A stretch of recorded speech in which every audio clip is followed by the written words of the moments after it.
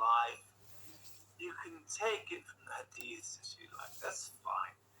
Anything else you want to hear about what Muhammad did in his life, you can take from the hadiths, that's fine. Just as long as you know it happened here in South Iraq, not in here in Hijaz. Okay?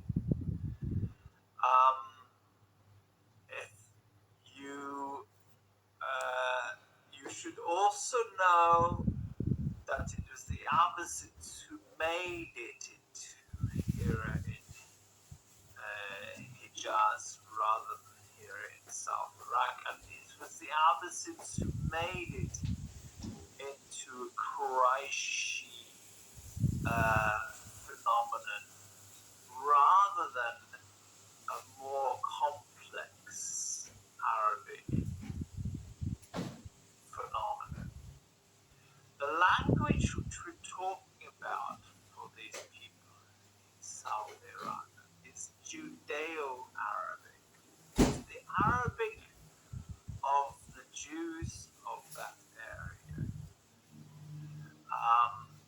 The religion that we're talking about is actually Noahide Judaism, specifically Messianic Noahide Judaism as promoted by this channel.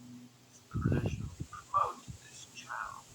It's the original religion behind Christianity, and it's the original religion behind Islam.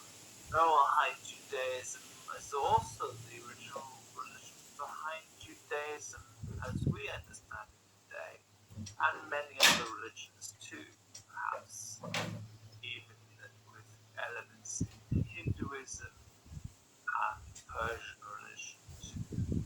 So that's why you'll find some corroboration sometimes between Islamic sources and Zoroastrian sources or Hindu sources, because we're talking about the Noahide Judaism, which was the origin of all of these religions, which is the fundamental common ground between all of these things.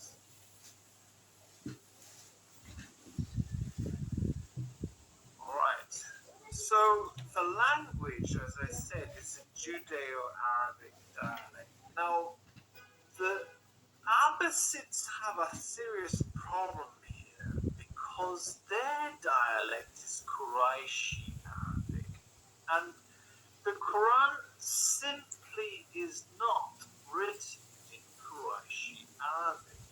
No matter how much they try to say it is in the narrative, the simple fact of the matter is when you study the Quranic language, you realize this is not plain, simple Arabic according to the Qurayshi dialect. This is why Gabriel Reynolds is so important in this, because you will see that there's a ton of Aramaic, Syriac, Hebrew, and other words inside of this dialect used in the Quran. This is not standard Qurayshi Arabic. What it is, very simply, is standard, plain and simple Judeo-Arabic, or Arabi, Lisan Arabi Mubin, intelligible Arabic language. That's what it means. Intelligible Arabic language. Intelligible for who? Intelligible for Judeo-Christian community. A Judeo-Christian community using lots of Semitic terms from Babylonian Aramaic and Palestinian, Syriac, and Greek terms, Greek Christian terms, and Hebrew, and various other terms in their dialect, will find the language of the Quran nice and clear and easy and intelligible to understand. But if you don't have that milieu, you don't have that mixture of exposures, if you're not exposed to the Jerusalem Talmud's Syriac, the Babylonian Talmud's Aramaic, if you're not exposed to the New Testament Koine Greek, if you're not exposed to the Old Testament Hebrew, if you're not exposed to all these different languages and concepts, you're not going to understand everything which is written in the Quran, because it is written in this language, this Judeo-Arabic language. And so, if you are from that group of people, then it will be Lisan Arabi Mubin, which is intelligible Arabic language.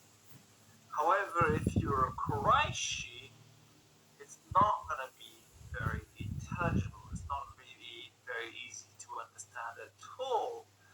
And that's why there is so much work, so much effort, so many grammars, so much academic effort dedicated to trying to explain the Quran inside of the Quraishi dialect, all the obscure, weird rules that they invent to try and make the Quran make sense in Quraishi Arabic. The reason is because it is not Quraishi Arabic. Plain and simple, it's not Quraishi Arabic. That's why they've dedicated so much effort to try and make it make sense in Quraishi, because it's not. But if it is Judeo-Arabic, it's plain and simple and easy to read, and by the way, its meaning is extremely different from certain things you've been told. For example, one of the phrases it uses in the Quran is, it says that Inna yakun lahu walid. Inna yakun lahu walid. Indeed, he has a son. Indeed, Allah has a son. It says this in the Quran. But in Quraishi Arabic, when you say Inna yakun lahu walid, which means indeed, certainly, verily, because, therefore, he has a son, in Quraishi Arabic, it means the exact opposite. It means he doesn't have a son. Why? Well, because the grammarian rule books of Quraishi interpretation of the Quran say that means the opposite of what it literally says. There is no other reason why we translate that verse as God does not have a son, except that because the Quraishi grammars tell us that that's what it means. There's no other reason that we translate it like that, only because the Quraishi grammars tell us that. In plain, simple understanding of modern Arabic language. Every dialect of Arabic in the world today, it still means he has a son, but it means that he doesn't have a son. Why? Because that's what the imams tell us. That's what it actually means. That's what this particular phrase means in this particular case. So you wouldn't be aware of that unless you were an Arabic speaker, and if you hadn't studied the Quranic interpretation of this verse. If you had only studied translations, you'd think the Quran is saying that God does not have a son. But that's not what it says. What it says is that he has a son. Indeed, he has a son, but that God does not adopt. He has no need to adopt a child. He doesn't adopt a child. And it uses this phrase, he doesn't adopt, many, many times. And then it uses this other phrase in here, he has a son. In other times. Not as many times as it says he does not adopt a son. So he doesn't adopt a son, but he does have a son. He has a son, but he does not adopt a son. He has no need to adopt a son because everything belongs to him. Indeed, he has a son, and this is to be nothing unusual to you. Anything is possible for him. He can do whatever he wants, and he has a son. He didn't adopt him. His son just is. That's what the Quran is saying in Judeo-Arabic. But in the Quraishi dialect, even though those words mean literally he doesn't adopt a son, he has a son, the Quraishi dialect has decided to change the meaning of that to mean something else. And I think this is really more of a doctrinal issue and a matter of interpretation, tafsir, rather than it is of linguistic matter, because I have yet to meet an Arab who does not agree that inna yakun walid literally means indeed he has a son. But they all know that even though that's what it literally means, it's not meant to be taken literally. It's meant to be taken as glorify him beyond the fact that he has a son, for example. But even though it doesn't actually say that. Subhanahu inna yakunnahu walid. It actually means glorify him, indeed he has a son. So, well, yeah, it literally says glorify him, God be praised because he has a son. But it doesn't mean that, because the Quraysh interpretations. So Gabriel Reynolds is really important in understanding that the Arabic of the Quran is simply not Qurayshi. It's a mixed dialect with Aramaic, Syriac, and different types of words. That's really important.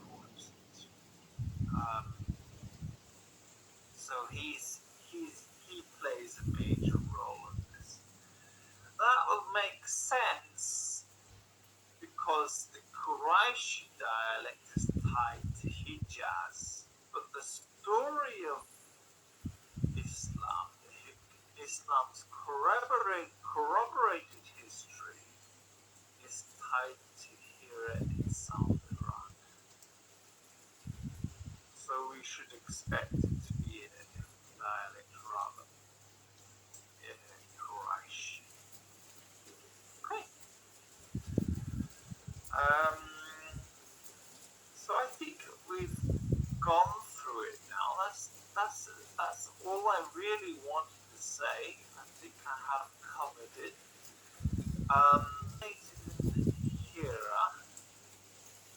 that it's language of the people at the time who were understanding it is Judeo-Arabic.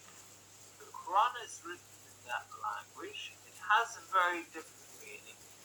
They were Judeo-Christian in their sort of background. We could call it Messianic Noahites. That's the correct phrase we would use these days. They were Messianic Noahites. So they were Messianic Noahites to distinguish them from the Nasrid, who were also called Judeo-Christians, but they actually are quite different in their interpretation. So we'll talk about Messianic Noahide kind of Judeo-Christian, not Jews, not like Messianic Jews. Okay, they were Messianic Noahides. Ali is the center of the story. He's the center of the attention.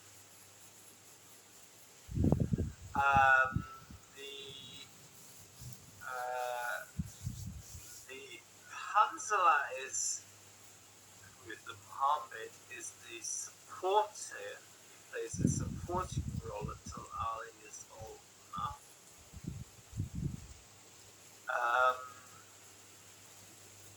I forgot to mention this. It's a very important thing.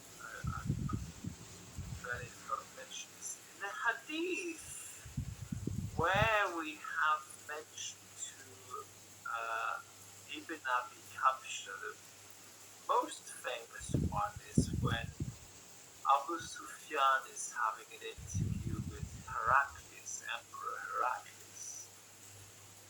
Now, these encounters with Heraclius are quite important because there is a serious corroboration here as well. Actually, I suppose this is the ninth corroboration, which I neglected to mention. Put that down on my notes. The ninth corroboration is where Heraclius is supposed to temporarily converted to Islam and then changed his mind.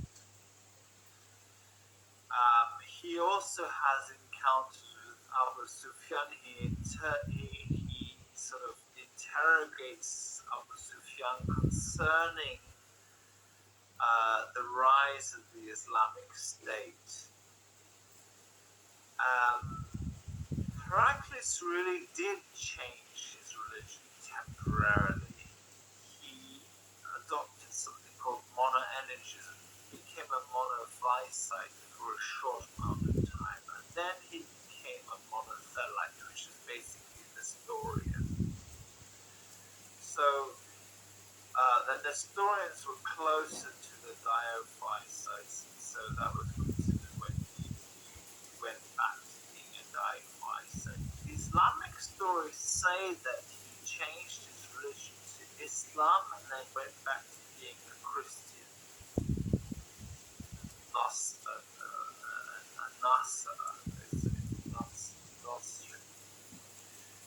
So that's actually, he's considered to be a Nestorian, and then he becomes a Diophysite Muslim, and then he goes out to being a story. From the monophysite point of view, whether you're a diaphysite or whether you're a Nestorian, you're the same thing.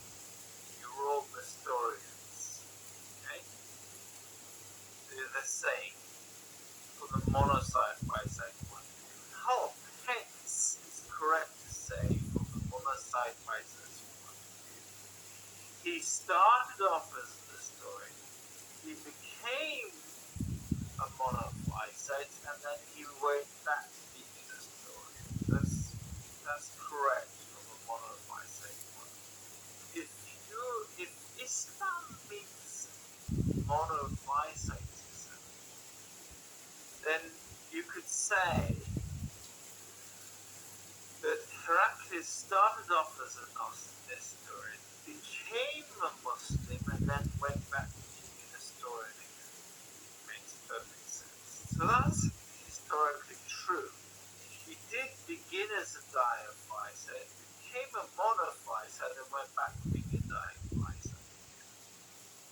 The monophysite he became was called the monoenergist, and he went back to being a monothelite afterwards, which is a kind of diaphysite story. In fact, he went through 3 religions. He started off as a Byzantine diaphysite, then he became a monophysite, and then he became a Persian diaphysite. Okay, so that's actually 3 religions he's gone through. But if you're on the monophysite side of things, you just see him coming from diaphysite to monophysite and back to diaphysite again. Or if monophysite is Islam, he comes from Nasra to Islam and then back to Nasra again. You see what I mean? So there is an important corroboration there. And in this story, with his process of Heraclius' activity and his relationship to Islam, he in the process interviews at one point Abu Sufyan concerning the rise of the Islamic State. And when Abu Sufyan comes out of the interview with Heraclius, Abu Sufyan says, I see that the cause of Ibn Abi Kabsha has become conspicuous, is on the rise. He recognizes that the case of the cause, the campaigns of this person, Ibn Abi Kabsha, who's Ibn Kabisa, have become conspicuous, have become noticeable to the emperor, to the empire. They're on the radar now. And as a result of this, Abu Sufyan goes and makes the Quraysh makes a submission to the Muslims, and that is basically how the Quraysh become important in the role of Islam later enough so that the Abbasids come to power. I think the Abbasids are related to Abu Sufyan. Very important. In this story, it makes reference to Ibn Abi Kabsha. That's Ibn Kabisa. But the standard Islamic narrative interpretation of this Ibn Abi Kabsha is that Ibn Abi Kabsha refers to Muhammad.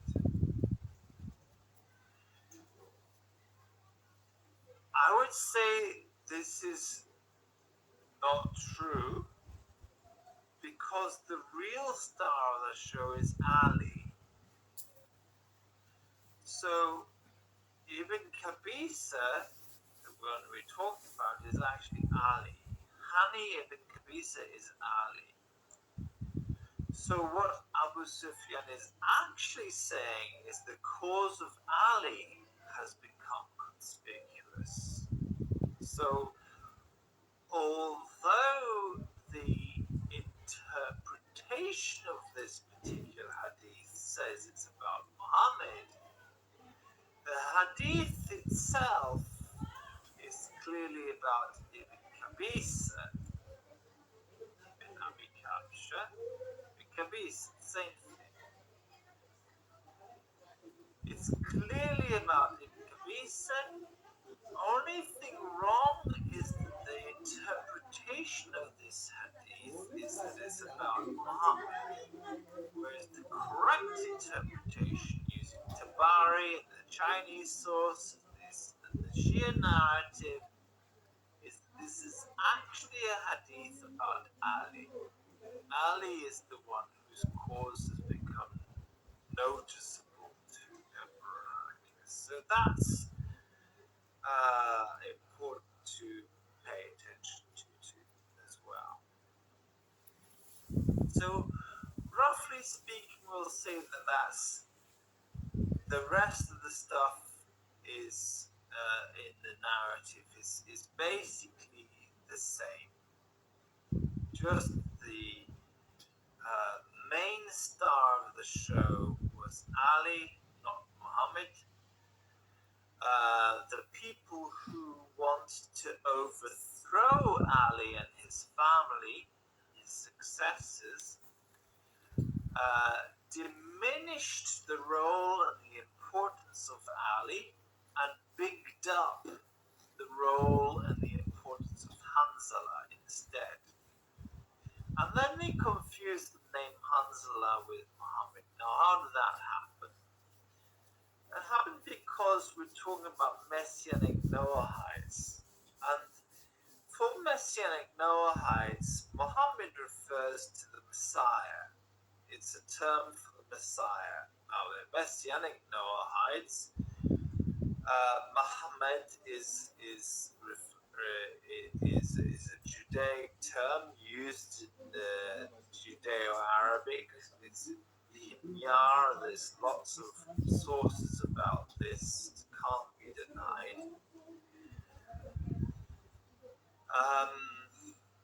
There are inscriptions about the existence of Muhammad in reference to this angelic Messiah type figure among and its importance for the Jews hundreds of years before Islam came about. So this is indisputable. But for Messianic Noahides, Muhammad, therefore, this Judaic term, Judeo-Arabic term, refers to Jesus of Nazareth. Jesus of Nazareth is Muhammad. But for non-Judeo-Arabic speakers, for non-Messianic Noahides, for regular Christians, the term Muhammad in reference to Jesus is unknown. It's completely unknown. And if you are making mainly converts from amongst Diophysite Christians, Nestorians, and Byzantine Christians to your religion, as the Abbasid Empire did, they forced everybody to join the Abbasid religion. And the Christians are not aware who this Muhammad is. They can be asking you, who is Muhammad? You having, of course, eliminated Ali and his supporters of the Messianic Noahides, who are the foundation of this, you've eliminated them, you've taken their Quran, and you're giving it a Qurayshi interpretation.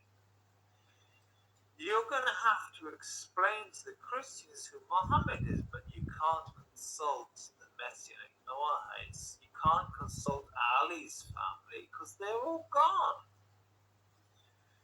So you're just going to have to say, make up an answer which is convincing. Christians don't recognize it, so clearly Muhammad can't be Jesus. So, who is Muhammad then? This important person in the Quran? Well, you just make up the answer. It's your main character, the one who you're picking up in order to diminish the importance of Ali. So you say it's Hanzala. Muhammad is Hanzala. So therefore, Hanzala's name gets transformed into Muhammad.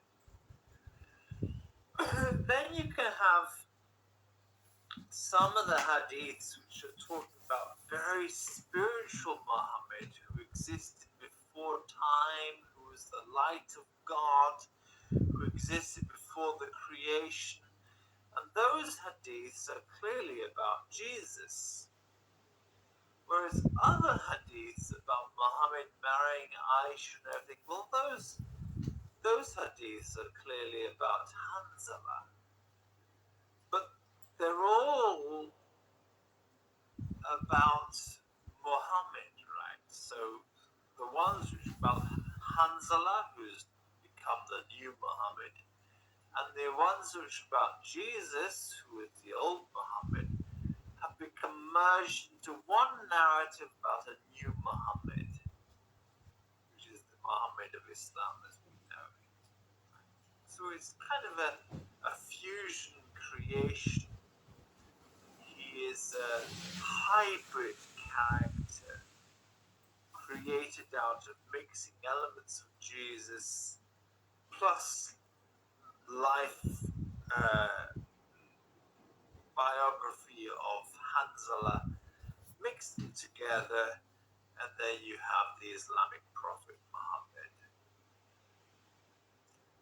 It's not a very complicated story, it's pretty straightforward. The Quran itself, according to the Byzantine narrative, Leo the Saurian, was written by an Amir